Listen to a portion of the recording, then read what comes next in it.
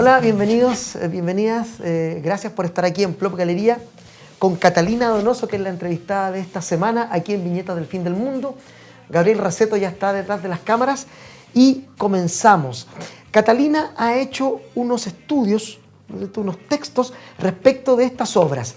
Las Sinaventuras de Jaime Pardo, de Vicente Plaza, y de Ariel Rojas Lizana y Sol Rojas Lizana, Historias clandestinas. Y también Al sur de la Alameda, de Vicente Reinamontes y Lola Larra, que desgraciadamente no tenemos porque no está en la librería, y huyó de mi biblioteca de formas extrañas. Entonces, pero vamos a poner imágenes del libro igualmente, de los temas que vayamos hablando en la edición final de este programa. Catalina, hay una tendencia, tú dices en tu estudio que hay una tendencia tanto en la literatura como en el cine documental. ¿Cuál es esa tendencia que tú también relacionas con esta producción de historieta chilena? Bueno, desde hace algunos años la academia, digamos, ha empezado a interesar por lo que se conoce como la voz de los hijos o la historia de los hijos, ¿no? Y que yo creo que comenzó en el documental, en el cine documental. Es probable que Actores secundarios sea como una primera señal, el de Pachi Bustos, una primera señal de ese interés por contar la historia como del pasado reciente, político, desde la mirada de los protagonistas que en esa época eran niños o jóvenes. Entonces, efectivamente, en un momento empezó a haber mucho interés por revisar esos documentales. Luego aparecieron, no sé, el edificio de los chilenos, de Macarena Aguiló, El eco de las canciones, de Antonia Rossi. Bueno, el trabajo de Sebastián Moreno, que es distinto porque no es tan autobiográfico, pero también habla, ¿no es cierto?, de su infancia y el lugar que tuvo su padre dentro de la Sociedad asociación de los fotógrafos. De la Sociedad de los Fotógrafos. Compañero de curso mío, Sebastián. ¿Ah, sí? Entonces hay todo un rescate, sientes tú, de este no imaginario, ¿no? de esta búsqueda, de esta experiencia infanto-juvenil. Que como que se valida, porque hay una tradición donde la mirada infantil es como subalterna, o sea, los niños han tenido un lugar, ahora eso está cambiando bastante, pero hasta un momento, ¿no es cierto?, la voz de los niños era como secundaria, no era la principal, no se valoraba su recuerdo de una manera tan valiosa como el del adulto. Entonces siempre había un intento por contar la infancia, pero para validar lo que el adulto era, ¿no? O una infancia más aséptica, ¿no? También. Claro, como una infancia no conflictiva, de alguna manera. Entonces aparecen estos documentales, en la literatura también, Nona Fernández, bueno, ¿cómo se llama? Leonardo Sangüesa, que es poeta, pero también escribe una novela, donde también ahí está la figura del infante. María José Ferrada, que tú lo mencionas también con el libro Niños. Exacto. Bueno, yo Niños lo pondría como acá, ¿no? Como sí. De pronto, que no es ilustrado, pero como que está dentro, ¿no es cierto?, de un imaginario más que dialoga con lo infantil. Y lo que yo quería hacer cuando empecé a trabajar con estas obras era incluir también la narrativa como gráfica, que me parece que estaba pasando algo y yo pensé como, no estamos hablando de eso, y me pareció que era importante, muy patudamente, y eso yo lo dije también cuando presenté el año pasado en Dibujos que Hablan, porque no es mi área, yo más bien trabajo el cine y también a veces la literatura, pero con novela gráfica y imágenes no me había metido de esta manera, pero me pareció que era como que había que hacerlo, que algo estaba pasando ahí. Sí, justamente hay algo respondido a la siguiente pregunta que tenía. Tú eres doctorada en lenguas hispánicas, eres periodista, etc. Tienes una serie de otros estudios, pero te has centrado principalmente en el cine. Sí. Pero ahora devienes en la historieta, que también tiene que ver con la imagen, ¿no? Finalmente, ¿no? La imagen también, en un caso una imagen en movimiento y en este caso la imagen estática.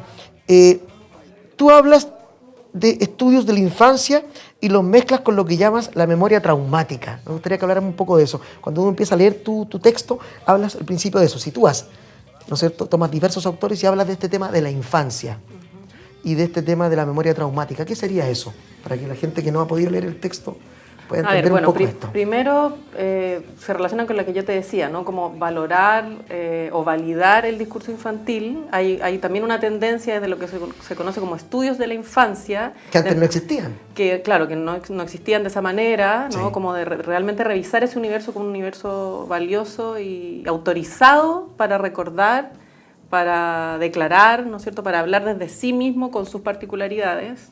Entonces, desde los estudios de la infancia se puede como inscribir ahí un poco lo que yo estaba haciendo, que tiene que ver con pensar ese mundo como un mundo válido y valioso en su propia lógica y recuperar ese espacio de la infancia. Y bueno, lo de la memoria traumática tiene que ver con todo lo que significa como volver a mirar situaciones que son una fractura en la biografía y que generalmente además son fracturas que son sociales, o sea que no son solo la fractura de algo que te ocurre a ti, que en este caso podría ser, ¿no es cierto?, la dictadura. Es una fractura en la biografía personal, pero también en una biografía colectiva que se construye a partir de esas experiencias personales. Y en eso, revisar los discursos de la infancia es interesante, digamos, justamente porque la infancia piensa desde un lugar menos articulado, como menos normado, no sé cómo explicarlo. Más libre tal vez, qué sé yo. Claro, tal vez podríamos llamarle así, que es complejo para el adulto, porque el adulto siempre quiere como organizar las cosas y tiene esta fantasía de que crecemos y nos transformamos en alguien y estamos terminados, ¿no? Como, ahora soy grande, soy adulto, esto soy. Claro, en ese sentido tú usas la palabra en el texto vivencia no domesticada. Ajá. Que el niño tiene estas vivencias, pero aún no están domesticadas por este adulto que va a ser después. Porque está en proceso y eso es súper interesante, porque los niños y niñas se suelen situar en una especie como de lugar intermedio, como no son algo todavía. Entonces, tienen que transformarse en ese algo que sería el adulto en el futuro. Y eso generalmente está visto como algo, como un problema. O sea, no eres terminado. No puedes opinar. Lo que hace el estudio de la infancia es decir, ese mismo lugar indeterminado, ¿no? como menos domesticado, es interesante. Es un lugar también y por eso mismo es interesante revisarlo. Y ahí, qué interesante que esta idea de este ser humano que se va formando, que a pesar de eso en formación sigue estando en un lugar que es importante. Tú hablas también ahí en ese proceso de la reconfiguración del recuerdo, ¿no es cierto? Esta idea que están usando muchos de estos autores desde su adultez, reconfigurando a veces el recuerdo de ese niño que fueron en algunos casos, como en Historias Clandestinas, que es una historia que está basada en hechos reales, lo de Vicente Plaza, que también se mezcla con lo biográfico, y lo de la Lola Larra, que ella no vivió ese periodo, pero que de alguna manera le pone voz a esa figura. ¿No? Bueno, yo creo que poniendo como ejemplo estas dos obras, me parece súper importante en esa como reconfiguración de un recuerdo que no son narrativas como convencionales. Y lo que yo destaqué de Historias Clandestinas, por ejemplo, es que me parece que es como polifónica, o sea, no hay una sola conciencia aquí, sino que, bueno, hay un relato que está basado fundamentalmente en el recuerdo del hermano, pero también a veces entran otras voces y también constituyen parte de esa misma historia. Y eso me parece a mí que ya es una manera de recordar que no es lineal, ¿no es cierto? Que no es así como, bueno, esto es lo que ocurrió, sino que vamos entre todos como volviendo a armar esa memoria.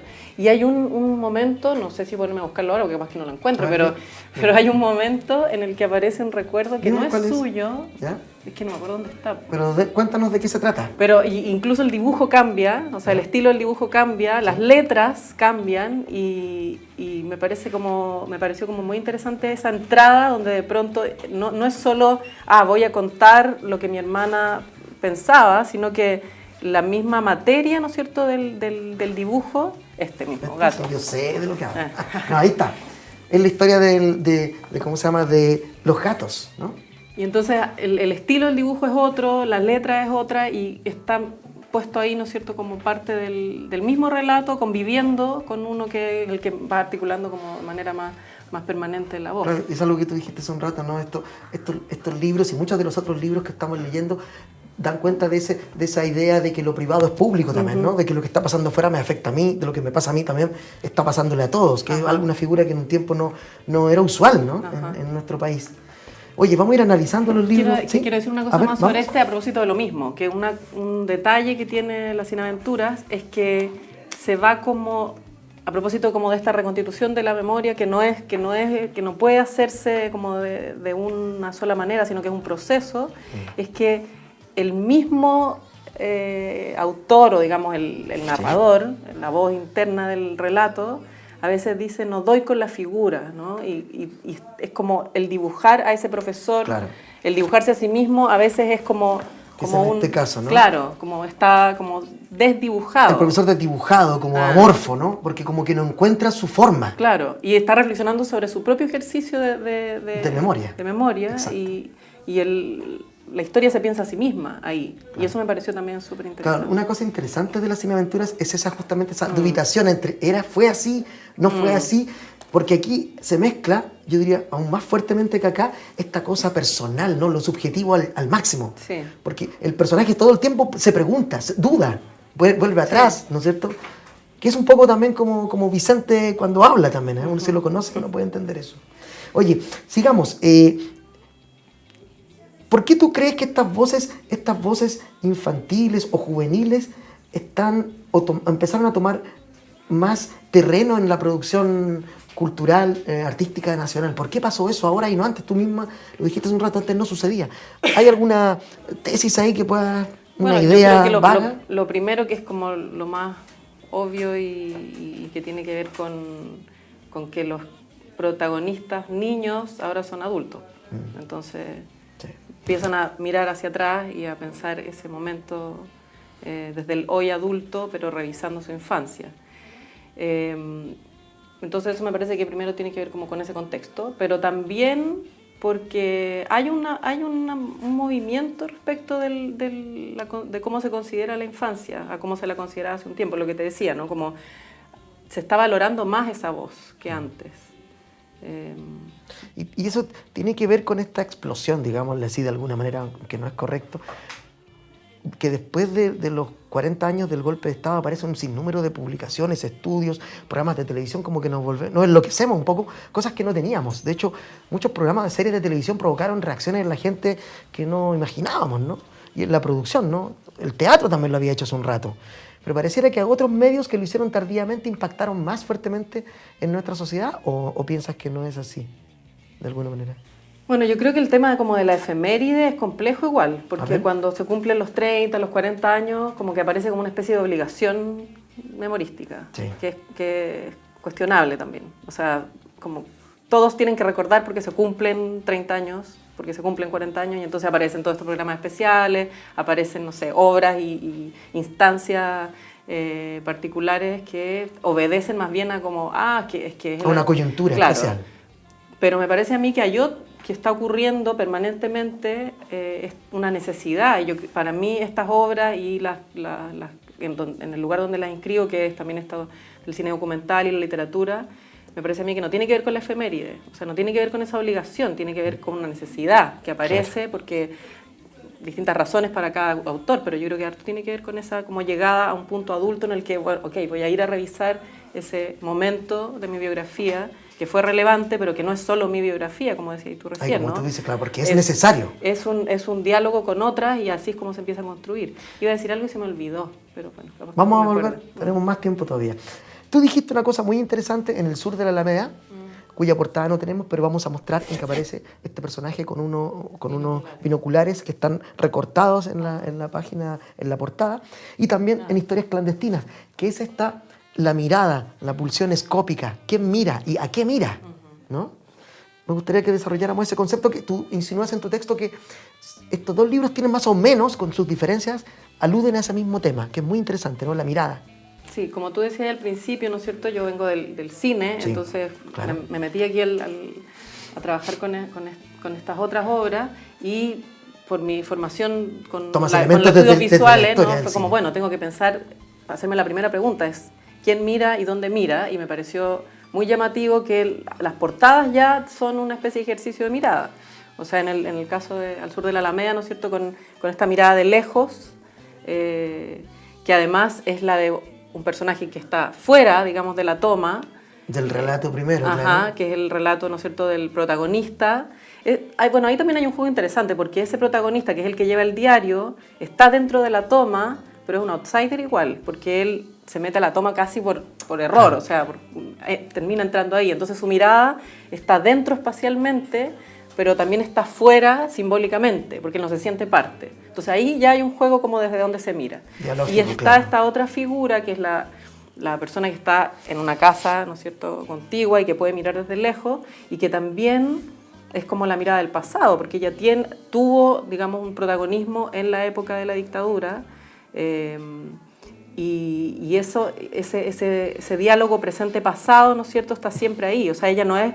Porque también es importante la mirada en términos de la vigilancia. Los niños, en general, son observados por los adultos siempre para saber qué están haciendo, ¿no es cierto?, como controlar un poco. Y en este caso, esa mirada no es la mirada del control, sino que es una mirada que está dialogando con su propia experiencia en la época de la dictadura versus... Otra experiencia. Esta otra experiencia de los niños que se toman, o los jóvenes que se toman, ¿no es cierto?, un colegio. Claro, tú. Y en el caso de historias clandestinas, que también hay alguien mirando ahí, es el espacio de la casa versus el espacio de la fuera de la casa. Esta es una de las páginas que tú mencionas que a mí me gusta mucho. Yo siempre cuando pongo imágenes del libro me gusta esta porque ejemplifica perfectamente el tema del libro, ¿no? Esta casa que se convierte, como tú lo dices, en un espacio de resistencia familiar contra la dictadura y desde el cual se mira también con temor hacia el exterior. Sí. Que es una mirada distinta a la del sur de la Alameda, ¿no? Claro, y que también es la mirada de, o sea, porque es un lugar de riesgo, es de resistencia, pero también es de riesgo, ¿no? Entonces mirar hacia afuera es un poco como qué está pasando afuera, pero también ver si eso que está afuera puede entrar. Y creo que, bueno, es muy importante también el cómo estos dos lugares rompen como su lógica convencional, porque en el caso de Historias Clandestinas es la casa y en el caso de Al Sur de la Alameda es el colegio, la escuela. Y esos dos lugares son por excelencia los lugares de como las instituciones de la infancia, donde se adiestra a la infancia, donde se la cuida, donde se la resguarda o donde a veces también se la vulnera, digamos. Pero los espacios donde la infancia suele estar son la casa y la escuela, y ahí permanecen. Entonces, estos dos lugares no están funcionando como tales de manera rígida, ¿no? O sea, esta casa se transforma en este lugar de resistencia donde lo político cruza de manera muy, muy profunda y transformadora el lugar de los afectos, el lugar de la convivencia cotidiana, y en el caso de la toma es un colegio tomado, o sea, donde se van los adultos y donde ellos están estableciendo con sus propias reglas. Claro, ¿no? Su propia forma de funcionar y que además está oponiéndose, ¿no es cierto?, a lo que está ocurriendo en términos de cómo se está haciendo la educación en el país, qué sé yo. Entonces, los lugares como por excelencia para instalar la infancia, para mantenerla ahí. Por ahí hay una autora que dice la infancia es invisible porque está en uno de esos dos lugares generalmente, guardada, y solo la vemos cuando esos lugares no están haciendo lo que tienen que hacer. Incluso a veces pasa mucho tiempo sin que sepamos eso. Un ejemplo es lo que está pasando ahora con el Sename, ¿no? Como están ahí en estos hogares, claro, y entonces cuando no funciona sale a la luz, pero a veces muy tarde, como este caso. Sí. Y aquí como que se desarticula la lógica inicial con la que fue pensada la casa o el hogar, ¿no es cierto?, la familia y la escuela. Perfecto, sí. Tú hablas también en tu texto, hablas de memoria radial, asociativa y no unilineal. Me gustaría también que habláramos de ese concepto, de cómo funciona esta memoria radial, que no es la anterior, la que conocemos habitualmente. ¿Cuál es ese concepto? Eso es súper bonito. Eso es de un texto de John Berger que se llama Usos de la fotografía y que él escribió dedicado a Susan Sontag, pensando sobre todo en cómo recuperar el valor de las imágenes en una sociedad que está hipermediatizada, ¿no es cierto?, donde ya nada nos conmueve, nada nos convoca, porque todo el tiempo estamos viendo imágenes tras imágenes. Entonces, bueno, lo que dice Berger es que la fotografía en la modernidad, ¿no es cierto?, reemplaza la memoria y la atrofia de alguna manera, porque son tantas las imágenes y como sin espesor que están ahí, pero no logramos comprender realmente lo que significan. Sí, cuando son imágenes personales, las fotografías personales dice esas sí, porque bueno, siempre tienen una carga, ¿no es cierto?, que nos permite como vincularnos con ella, pero todas estas imágenes que nos hablan como de lo social, las que nos están contando como la historia de lo colectivo, de alguna manera como que se pierde ese valor.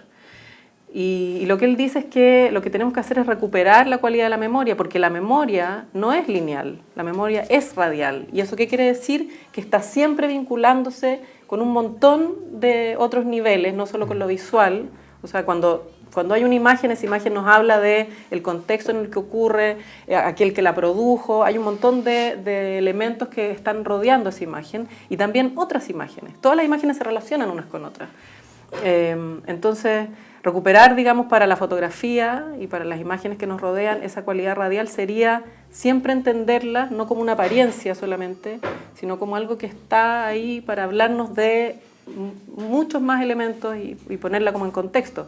Y yo tengo la impresión de que el ejercicio de estas 3 obras es un poco ese también, o sea, como dialogar el presente con el pasado, dialogar lo colectivo con lo personal, o sea, como hacer entrar todos esos niveles para que la imagen no sea simplemente un plano, ¿no? Además que sabemos que nuestra memoria también muta, cambia, se transforma, y que las imágenes que vemos a posteriori también pueden reconstruir nuestra memoria pasada. Para mí es muy sintomático cuando hablo con gente, por ejemplo, sobre la época de Unidad Popular, que mucha gente pasa algo muy extraño, tiende a pensar en blanco y negro de esa época, porque las imágenes que profusamente vemos de ese periodo son en su mayoría en blanco y negro. Es muy raro ver a Allende en color, y cuando lo vemos parece otra persona, ¿no? Es muy extraño eso, muy interesante, como el poder de estas imágenes, ¿no? Bueno, eso porque nuestra manera de ver, como uno suele pensar que ver es algo natural, y ver se aprende, igual como se aprende a leer, a mirar se aprende, y lo que nos enseña también a ver son las tecnologías disponibles para hacerlo. Entonces, somos también, o sea, nuestros ojos son hijos de las cámaras con las que nos hemos relacionado y vemos el mundo también cruzado por eso. Exacto, y nuestros recuerdos son teñidos por esas imágenes, ¿no? Y, a ver, otra cosa que no te pregunté al principio, ¿qué te llevó a estas 3 obras y no a otras? Porque hay muchas más que a veces también tocan temas similares, pero ¿por qué estas 3 y no otras de ese universo de novelas gráficas? ¿Qué te llamó la atención primero de estas? Que las escogiste. Bueno, yo escogí, la verdad es que la Sin Aventura me escogió a mí. Ah, mira. Yo escogí Historias Clandestinas y Al Sur de la Alameda cuando presenté en Dibujos que Hablan el año pasado. Sí.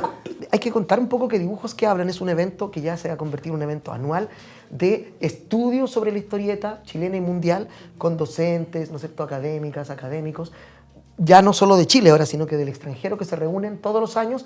Este año va a ser en diciembre, ¿no? Noviembre. En noviembre de este año, y que hasta el 20 de julio de este mes, ojalá si este programa sale antes de esa fecha, todavía se reciben ponencias para ese Dibujos que Hablan 2017. Así que por favor, si hay gente ahí, que lo haga. Ahora sí podemos.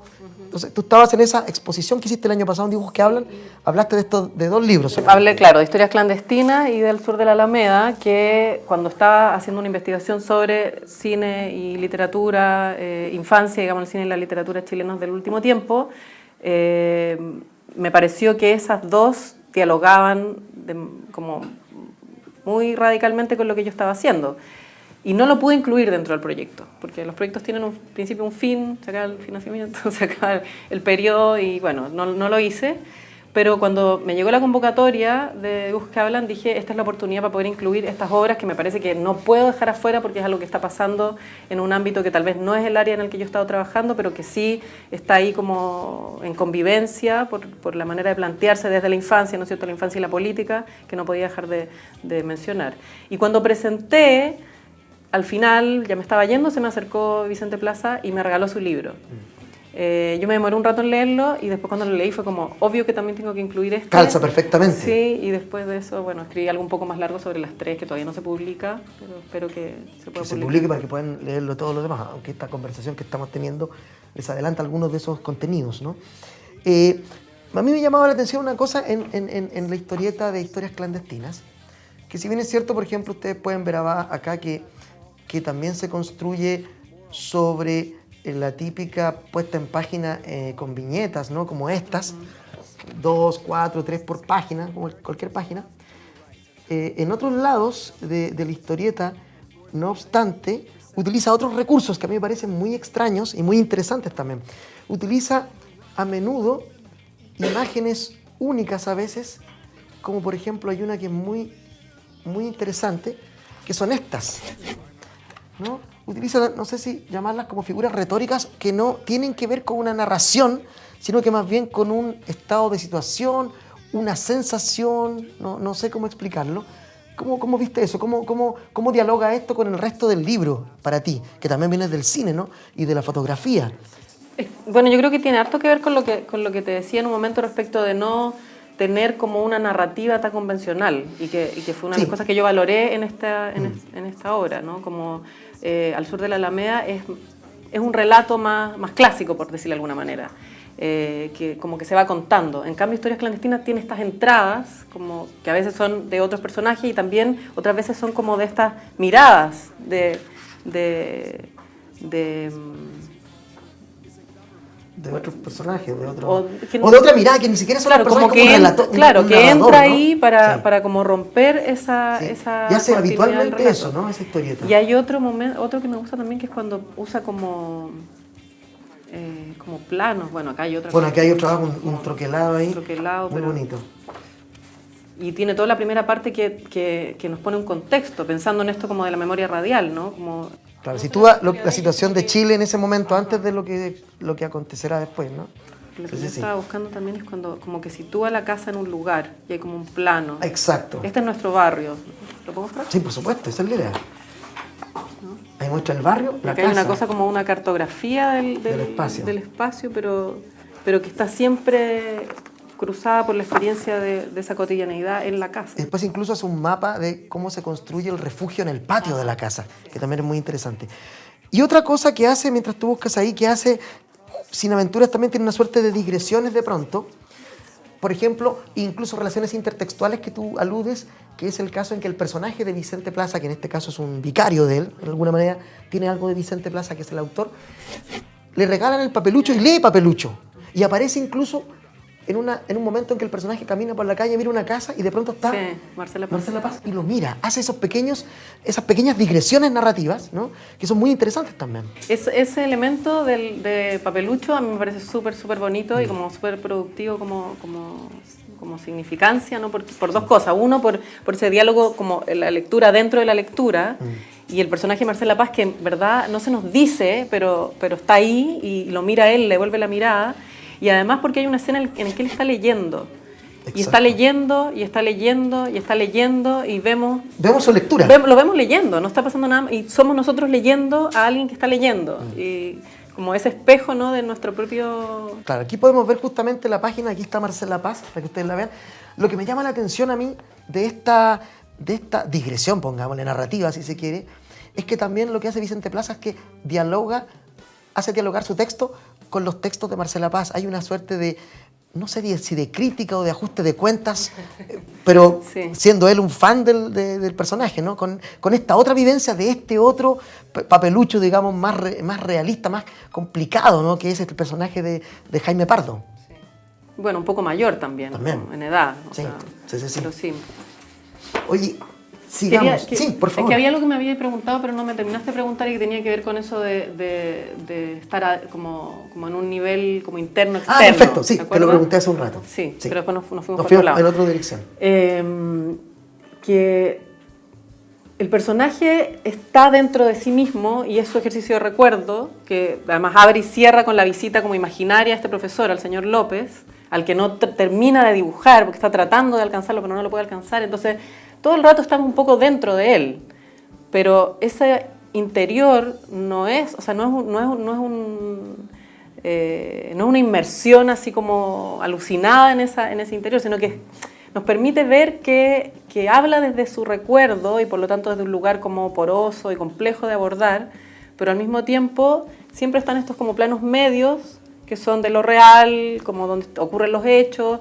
Entonces creo que hay como una doble inscripción ahí, o doble posición, como estoy dentro de mí recordando, pero para hacer eso necesito también como tomar esta distancia, salir como de la... No quiero decir objetividad porque es una mala palabra, pero como del mirarlo con cierta distancia. Claro. Salir de ahí. Del plano medio. Claro. Oye, hay en las Sin Aventuras de Jaime Pardo algo que a todo el mundo que lo leemos nos llama mucho la atención, que es la figura del delincuente, ¿no? Y cómo estos efectos del pasado, en la educación chilena que sufre Jaime Pardo, afectan su futuro. Esta idea del profesor que les dice, los delincuentes, ¿no? Y tú dices en tu texto la posibilidad de que ese delincuente sea también Jaime Pardo. Y su cuestionamiento constante. Yo no quiero ser un delincuente. Y se ve robando y dice, yo no quiero ser. Y tu relación ahí también con la consabida canción, ¿no es cierto? El baile de los que sobran de los prisioneros, que para mí es también un elemento importante en la construcción de este universo. Sí, pues yo una de las cosas en las que me detengo es en esa voz, ¿no es cierto?, que les grita y que en el fondo les está hablando de los otros, porque también hay ahí posición muy, muy, muy interesante de la familia que no quiere que él vaya a la población, ¿no? Claro, Entonces, ese como temor. este mundo, ¿no? Que no se contamine con ese otro mundo, que es el riesgo de convertirse en el delincuente del que les habla el profesor, pero que da la impresión de que les está gritando a ellos. Entonces, como esos delincuentes, pero pueden ser ustedes también. Sí. Y como tú dices, ¿no es cierto?, esto de la canción de los prisioneros, hay un documental de Pachi Bustos que hizo después de Actores Secundarios, que él hizo con Jorge Leiva, que se llama, de hecho, Cuentos sobre el futuro, que claramente está haciendo alusión, ¿no es cierto?, a la canción, ¿no? Conozco unos cuentos sobre el futuro, y yo al final del texto me pongo muy en relación la película de Pachi Bustos, el documental, con La Sin Aventuras, porque me parece que es justamente esa traición como de la educación, una promesa que no se cumple, una educación que finalmente, como que más que, o sea, el Jaime Pardo se realiza a pesar de... Exacto. A pesar de la educación, no gracias a ella, ¿no? Y en la película de Pachi Bustos no es tan feliz el final, digamos, el documental se trata de unos chicos que fueron parte de un noticiero a principios o sea, terminando la dictadura, ¿no? Y que ella fue parte de ese noticiero que se hizo en una población, y que años después ella va a ver qué están haciendo. Rastrea, ¿no? a esta gente. A ver en qué están, ¿no? Y bueno, hay mucha desilusión ahí y como mucha rabia también por esa promesa incumplida. Y lo que yo trato de hacer también es pensar que la violencia, porque muchas veces se sitúa la violencia política como solamente en el espacio de, ¿no es cierto?, la tortura, la detención, pero también hay una violencia en un modelo económico, y yo creo que eso ciertamente está en Cuentos sobre el futuro, y me parece a mí que está también en La Sin Aventura, ¿no? Sí. Entonces como que permite mover esta idea de la violencia no solamente a un espacio y situarla también como en el daño que pudo hacer la instalación de un modelo y el no cumplimiento de esa promesa, y la traición de la educación. Para aclarar un poco a la gente que no conoce los libros, estos dos, Las Sin Aventuras de Jaime Pardo y Historias Clandestinas, son historietas, ¿no? Y en el gran paraguas de la novela gráfica, ahí cabe Al Sur de la Alameda, porque es más bien un libro con texto, páginas de texto y páginas de ilustración mezcladas con páginas de cómic, porque hay narrativa. Y lo que los dibujos, la función que cumplen ahí es que no repiten el texto, sino que la narración continúa en el dibujo. En ese sentido es un libro bien interesante también. Parece más, como tú decías, más común y corriente que estos, pero tiene esa cosa bien interesante, bien que ¿no es cierto?, gracias de Lola Larra y Vicente Reinamontes. Claro, porque hay un diario también ahí, Exacto. Entonces hay partes en que son mucha escritura y donde el diario va contando una parte de la historia. Y yo quería llegar justamente a que estos dos, comparados con El Sur de la Alameda, quizás El Sur de la Alameda es el más positivo de los tres libros. En otros tres hay cuestionamientos, hay preguntas, hay como, ¿qué pasó ahí, no? Hay preguntas incómodas, diría yo. A pesar de que en el otro toca el tema de la educación y todo, pero termina un poco más felizmente, ¿no? ¿Crees tú? ¿Es una, sí, puede ser, pero... ¿Cómo lo ves? Es que me parece a mí que hay utopías que también están como contenidas en los modos de narrar. A ver. Y en ese sentido, claro, puede que haya como más desencanto en estas dos, pero al mismo tiempo lo que a mí me conmueve de lo que cuentan es lo que hacen para contarla. Y en ese sentido creo que ahí esa es otra utopía, no es la utopía del relato como contenido, sino como de... Y lo voy a relacionar con el tema de la infancia, ¿no? Como hacerse cargo de modos de recordar y de modos de construir historias que tal vez no son los más convencionales y que nos ayudan como a reparar esa catástrofe o esa fractura que hay en la biografía propia y en la biografía más colectiva. Tú vienes lo hemos dicho varias veces, del mundo del cine principalmente, tienes varios libros a tu haber ahí, con autoría, claro, sobre ese tema, sobre documental chileno y todo eso. Y no eres una lectora de historietas habitualmente, ¿no? ¿Qué diferencias? Por eso digo que estoy patudamente. No, pero es súper interesante que venga gente de otros ámbitos a hablar de esto. A mí me parece que es donde hay más, se produce una discusión mucho más rica, ¿no? Porque no tienes los típicos parámetros del que hace o lee historieta o escribe sobre historieta. ¿Qué diferencias hay? ¿Dónde está la pertinencia, la particularidad de estos lenguajes respecto del otro, del cine, por ejemplo? ¿Qué descubriste en este camino? ¿O te parecen muy similares o absolutamente distintos? ¿Dónde se cruzan y dónde no? Bueno, yo creo que, o sea, la similitud está, ¿no es cierto?, por lo que te decía al principio, que me llevó a elegirlas para trabajarlas y que tiene que ver como con una preocupación por una temática y por abordarla de cierta manera, y donde se cruza la infancia, la política, ¿no es cierto?, relatos que no son como tan convencionales. Pero si tengo que pensar en diferencias, yo creo que, o sea, definitivamente los formatos marcan eso. Y lo que a mí me gustaría poder seguir profundizando, porque como tú dices no es mi área, pero me parece como muy atractivo como para una próxima zambullida, digamos, en un objeto, sí. es la atención palabra-imagen. Sí. O sea, yo trabajo mucho con el cine y ahí también hay palabra-imagen, pero es una palabra no escrita, ¿no? Es una palabra una palabra actualizada. Claro, que está asociada ahí al sonido, que se integra de otra manera. Y cuando yo hago clases a veces como de cultura visual o de estudios visuales, suelo reforzar mucho en mis estudiantes la importancia que tiene esa tensión que hay siempre entre el lenguaje y la imagen. Somos seres de lenguaje, bueno, cada vez más una cultura también cargada por las imágenes, pero seguimos siendo seres de lenguaje y cuando dialogamos con historias que son visuales, necesitamos también de la palabra. Entonces, me interesa aquí cómo eso siempre está conviviendo. Sí. Ahora me acordé de algo que dices en el texto, hablas de la relación de anclaje que se produce, ¿no es cierto? La historieta tiene mucho esa relación y otras, ¿no? Cuando el texto, ¿no es cierto?, ancla una imagen o al revés, la imagen adjetiva, etcétera, ¿no? Se producen muchas relaciones extrañas que también pasan en el cine habitualmente, ¿no? Sí, y que la idea, o lo más interesante me parece a mí, es cuando no está una supeditada a la otra. Claro. O sea, no es que una esté explicando a la otra, sino claro. que ambas están contribuyendo en un mismo nivel. A un mismo nivel. Jerarquías. Claro, es una gracia que tiene el cómic, ¿no? La historieta. Oye, yo quiero abrir ya un poco para que esto que era un diálogo se convierta en un diálogo mayor. Comentarios o preguntas de quienes están aquí con nosotros sobre lo que ha dicho Catalina, algún aporte diferente. Sería interesante escuchar algunos, si es que es posible, ¿no es cierto?, antes de que vayamos cerrando esta mesa de hoy, con las Aventuras de Jaime Pardo, Historias Clandestinas, y Al Sur de la Alameda, de RIL Editores, hay que decir, uno de LOM y otro de ECARE. ¿Sí?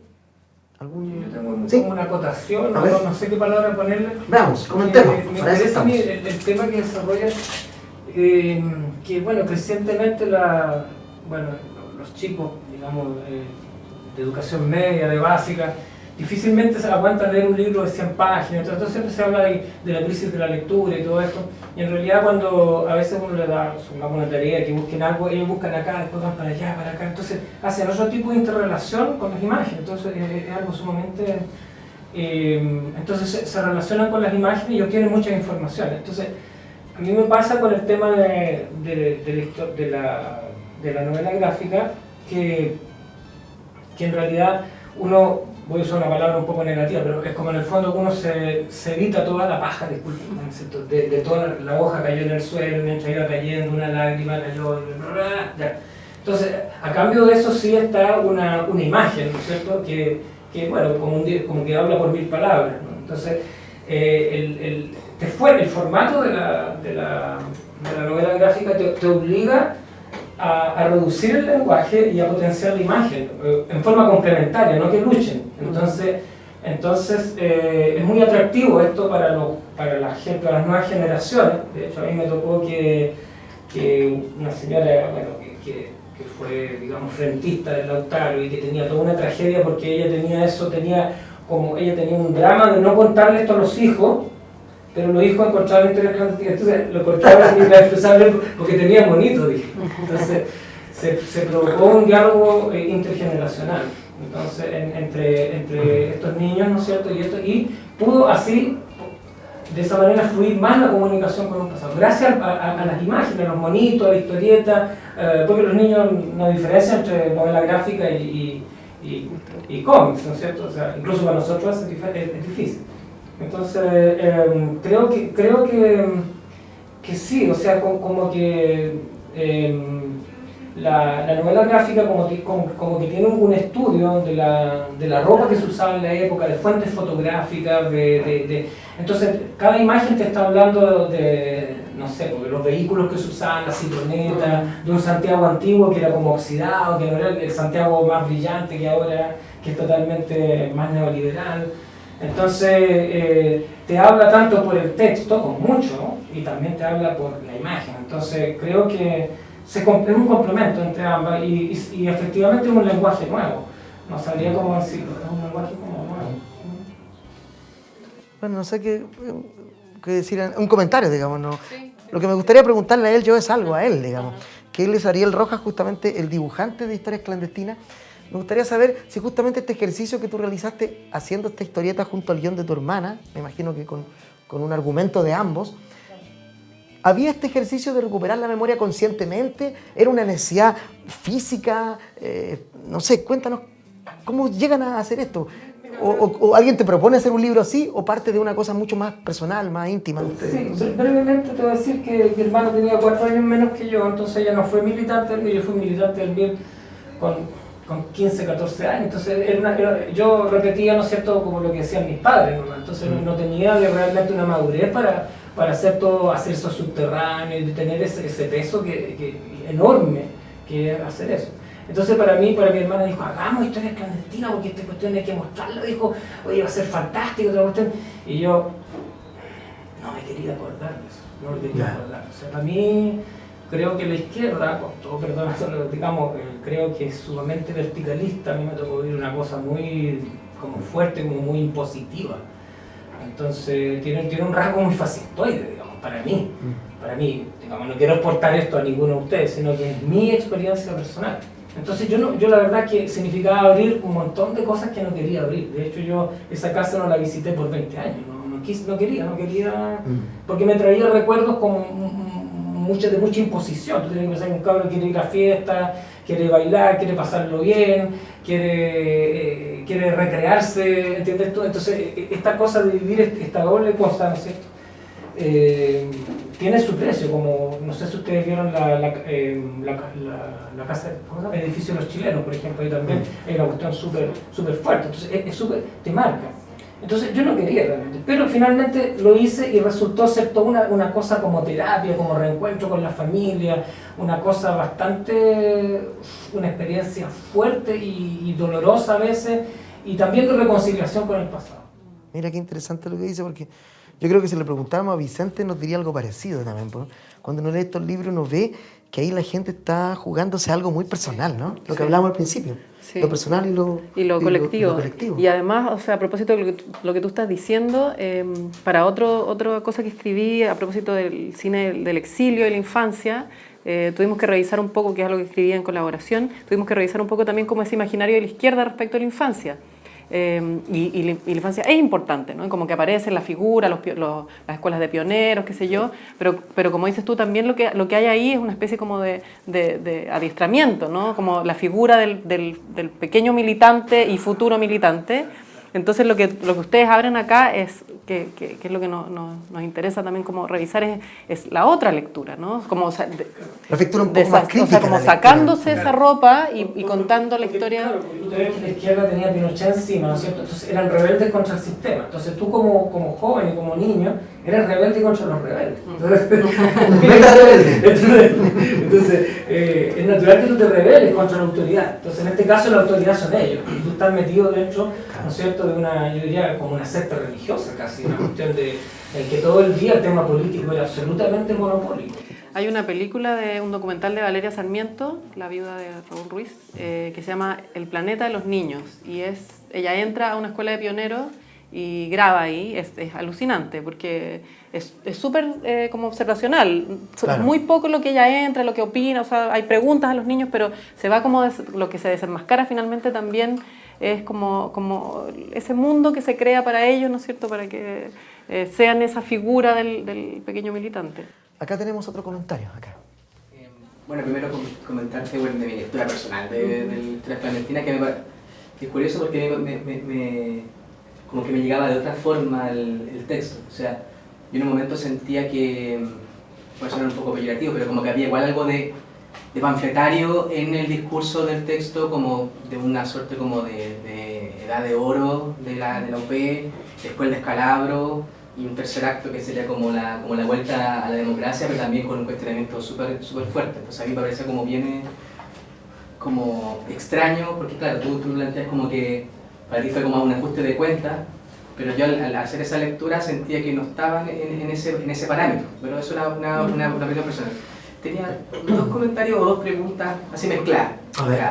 Una tiene que ver, Catalina, ¿qué piensas tú acerca, cómo piensas que se articulan estos discursos de infancia en estas tres obras, pensando que en realidad son adultos, independiente de que por ejemplo, tú lo viviste, por ejemplo, aquí lo vivió, pero son adultos que están hablando por la voz de los niños? ¿En qué medida finalmente es también un discurso de infancia mediado o medio alterado? Y lo otro también tiene que ver con un comentario que es una cosa que hace poco como que me salió a la vista a raíz de estas obras gráficas, visuales, que tienen que ver con la historia en general. Y claro, lo primero que me salía sería como una cosa media como idealista o casi ideológica, que hay una cosa experiencial, pero también muchas de estas obras están siendo financiadas, por ejemplo, por organismos o entes gubernamentales, por ejemplo un Fondar, y se sabe que de repente hay muchas más posibilidades que un relato, por ejemplo, autobiográfico sea escogido si es que trata un tema, por ejemplo, como dictadura, o que, por ejemplo, puedo hablar de un cómic, hacer un cómic de los mapuches, tenga mucho mayor puntaje de incidencia que hacer de una temática quizás de superhéroes. Entonces, ¿en qué medida también este supuesto boom o explosión de publicaciones no está mediada por el gobierno, por lo que al final lo que te va a asignar un puntaje que te va a permitir publicar tu obra? O sea, fondarteables, dice. Claro, pues hay Proyectos fondarteables. claro, por eso que también pienso que hay una explosión de lo histórico, pero apareció esto hace poco, alguien me lo comentó y me hizo mucho sentido. Decía, bueno, también puede que haya un poco de eso, tanta novela gráfica, tanto historieta histórica, tiene que ver porque es mucho más simple también obtener ese fondo que hacer una historia puramente de superhéroes que en realidad no la compre nadie. No sé, ¿qué opinan? Bueno, sobre lo primero, sobre esto como de reconocer que se trata de discursos de infancia, pero que están, ¿no es cierto?, matizados por una mirada adulta. Yo creo que dos cosas. Primero, uno de los problemas de los estudios de la infancia es que en general la infancia siempre está trabajada desde el punto de vista adultocéntrico. Entonces generalmente es un adulto que quiere estudiar la infancia, o en este caso, ¿no es cierto?, adultos que revisan su propia infancia. Y frente a ese problema, porque finalmente el mundo no lo hacen los niños, ¿no? O sea, por más terrenos que vayan ganando, las decisiones se siguen tomando entre los adultos, el poder, no sé, para movilizar recursos, qué sé yo, sigue siendo de los adultos. Entonces, claro, en un mundo adulto, la mirada sobre los niños también está cruzada por eso. Entonces, maneras de resolver eso, una es reconocerlo, ¿no? No intentar pensar que se habla por los niños, ¿no? Y que como que se suspende su discurso para instalar el del adulto, sino que reconocer que se trata efectivamente de un discurso cruzado por la mirada adulta. Y en segundo lugar, yo creo que hay ciertas construcciones simbólicas que hacen el intento por recuperar esa lógica infantil, versus otros que lo que quieren hacer es validar la del adulto. No sé si me explico, pero hay ciertas historias que en el fondo lo que quieren es como: quiero reafirmar lo que soy como adulto, o lo que creo que soy, porque un adulto al final nunca es algo terminado, pero lo que creo que soy, y para eso pongo al servicio ese recuerdo, esa historia de infancia, para que esto que yo creo que soy se consolide. Versus las que le dan la oportunidad a que ese discurso de infancia más bien cuestione o remesa esa idea que tengo sobre mí mismo. Voy a poner también un ejemplo del cine, pero hay un documental de Claudio Sapiaín que se llama Eran unos que venían de Chile, y que es súper interesante porque él, como padre, recurre a la experiencia de exilio de su hijo para pensar su propio exilio. De hecho, la película empieza diciendo: los años de Paulo son los años que hemos estado fuera de Chile. Y toda la película es un documental sobre el regreso, sobre el retorno, pero su hijo le sirve para entender su propia experiencia. Entonces ahí no somete su discurso adulto al del niño, sino que permite que la experiencia del niño remesa la suya propia. Eso por un lado. Y sobre el tema de los fondos y como, no sé, por las hegemonías que permiten que un discurso sea visible y no otro, sí, pues no se puede ser inocente. O sea, yo creo que hay algo que que no es absoluto, pero que también tiene injerencia. Y es lo que les decía también recién sobre el tema de las efemérides, cuando hay una como obligación de recordar, entonces todo el mundo está hablando de eso, y al año siguiente todo el mundo está hablando de otra cosa. Entonces, obvio, todo lo que se hace, hay juegos de poder aquí, ¿no? Lo que se hace visible está determinado porque fue posible que alguien lo hiciera visible y que pasaron un montón de sistemas de relaciones y de censuras versus lo contrario, ¿no? Como de autorizaciones, ¿no? Para que algo esté y otra cosa no. Pero no creo que sea solo eso. O sea, yo creo que en muchos casos efectivamente tal vez hay un boom de algo y por eso se dan más recursos, pero también a veces hay cuestiones que se vuelven un boom porque hay un movimiento que de pronto es imposible como de contener y se necesita que aparezca, ¿no? Pero definitivamente no se puede ser inocente. Sí. Yo concuerdo más o menos contigo. Yo creo que, no sé si hay una gran explosión de historieta histórica, creo que hay algunas y que pueden aparecer más, pero también siento que en ambas preguntas la única respuesta posible para mí en el futuro es que sobrevivirán aquellas obras honestas, o sea, en donde está esa mediatización del niño versus el adulto, pero una obra como yo creo que son algunas de las que estamos mencionando en esta mesa. Y por otro lado también esas otras que también había una urgencia por contar algo y no por una moda pasajera que pasa siempre, ¿no? Aparecen miles de productos culturales, obras artísticas de una línea y sobreviven solo aquellos que han tenido una potencia y que han calado más hondo en los lectores y las lectoras, ¿no? No sé si hay un último comentario o pregunta. ¿Sí? ¿Ahí hay otra? ¿Sí? Añadir un comentario sobre lo que has dicho y también referente a lo que ha dicho la Cata. Cuando decías cuál es la lectura que habías hecho tú, cómo te había llegado a ti, ¿no? De lectura de historias clandestinas. Yo creo que tiene que ver también con esa pluralidad, ¿no? de voces que hay ahí. O sea, la persona que es el protagonista principal o uno de los dos protagonistas principales de la novela es el que más sufre. Sin embargo, hay muchas voces alrededor de él que no vivieron eso de la misma manera. Entonces, claro, esas voces pesan en el discurso que hay implícito en la novela gráfica.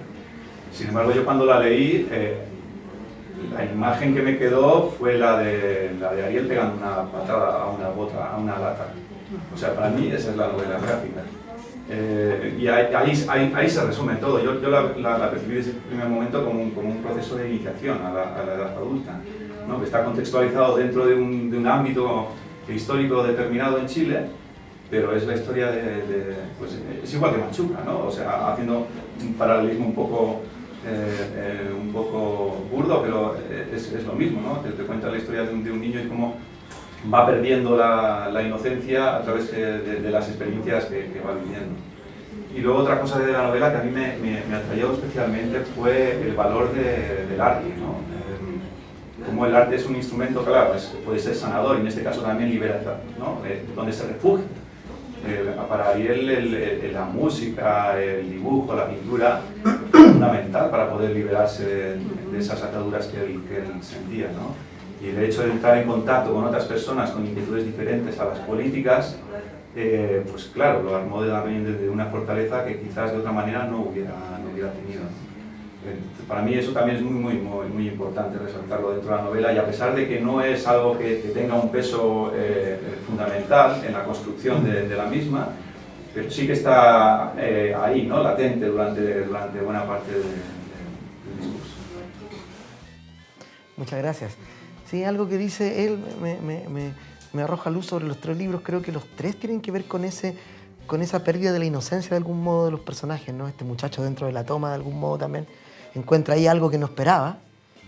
Bueno, y Jaime Pardo también retroactivamente nos habla de esa fractura que tuvo. Y bueno, evidentemente historias clandestinas de las que hemos hablado mucho ahora. No sé si quieres decir algo antes de que concluyamos. Sí, un poco. quería como contraargumentar lo que acabas de decir, porque más que pensar en la pérdida de la inocencia, porque eso también juega con una idea que tenemos sobre la infancia, que la infancia sería la inocencia, para otros no, para otros también es como la maldad o como la crueldad, no sé, pero es una de las figuras con las que se suele identificar a la infancia. Mientras hablabas también pensaba en este lugar intermedio. Creo que todas ellas están pensando el yo desde un lugar que se construye de una manera que no es cerrada. Entonces, en el caso de al sur de la Alameda, la experiencia del protagonista no puede funcionar sino en diálogo con esta otra persona que mira desde afuera y que finalmente termina teniendo relevancia para la historia. Entonces se construye en conjunto. En el caso de Historias Clandestinas, sin duda por esta cosa como, ¿no es cierto?, como de historias múltiples, miradas múltiples, y en el caso de Jaime Pardo porque no está hecho, no está terminado, se dibuja a sí mismo, ¿no? Se busca a sí mismo. Entonces creo que como valorizar el espacio de la infancia como un lugar de pregunta, de búsqueda, de ese como no ser todavía alguien, como un valor más que como un problema, ¿no? Como que la visión tradicional es no eres todavía alguien, bueno, ya vas a ser, no te preocupes, versus el no eres todavía alguien y por eso es que por eso eres valioso. Tal vez nunca seas alguien Tal vez terminado. porque nunca somos, ¿no? O sea, como que esa es una ilusión del adulto. Y creo que todas ellas de distintas maneras dialogan con eso. La evolución es la palabra correcta, entonces. No la pérdida de la infancia, sino la adolescencia, sino que la evolución constante tal vez. Sí, como el cambio. Oye, yo quiero agradecer tu visita hoy día. No, gracias a ti. Esta visión bien revivificante de otras miradas mezcladas con el cine, con otros lenguajes, que siempre es bienvenido. Y yo vuelvo a insistir en eso. Mientras más gente que habitualmente no habla o no lee o no escribe de historieta, me parece mucho mejor que suceda. Creo que viene otras miradas, hace preguntas, hace observaciones que nos interesan mucho a los que estamos metidos dentro de esto. Así que qué bueno. Te quiero agradecer mucho tu no, visita. Gracias a ti. Y esperamos más ponencias tuyas ahí en Dibujos que Hablan. Ya saben, vayan a Dibujos que Hablan. ¿Cuándo es exactamente? Bueno. A comienzos de noviembre. Comienzos de noviembre, 6, claro. Que se hace en varios lugares. Aquí creo que en Plop hay unas actividades, hay otras en la universidad, en la USACH y en otro lugar más que no recuerdo. La Biblioteca Nacional. Y recuerden que hasta el 20 de julio de 2017 pueden enviar sus ponencias a este proyecto y en dibujosquehablan.cl hay más información. Catalina, muchas gracias por venir. Gracias, a ustedes también un aplauso para Catalina. Para ustedes. Gracias por sus comentarios, por una sesión bien dialogada, bien comentada. Y nosotros nos vemos con Gabriel Raceto en otro Viñetas del Fin del Mundo. Muchas gracias.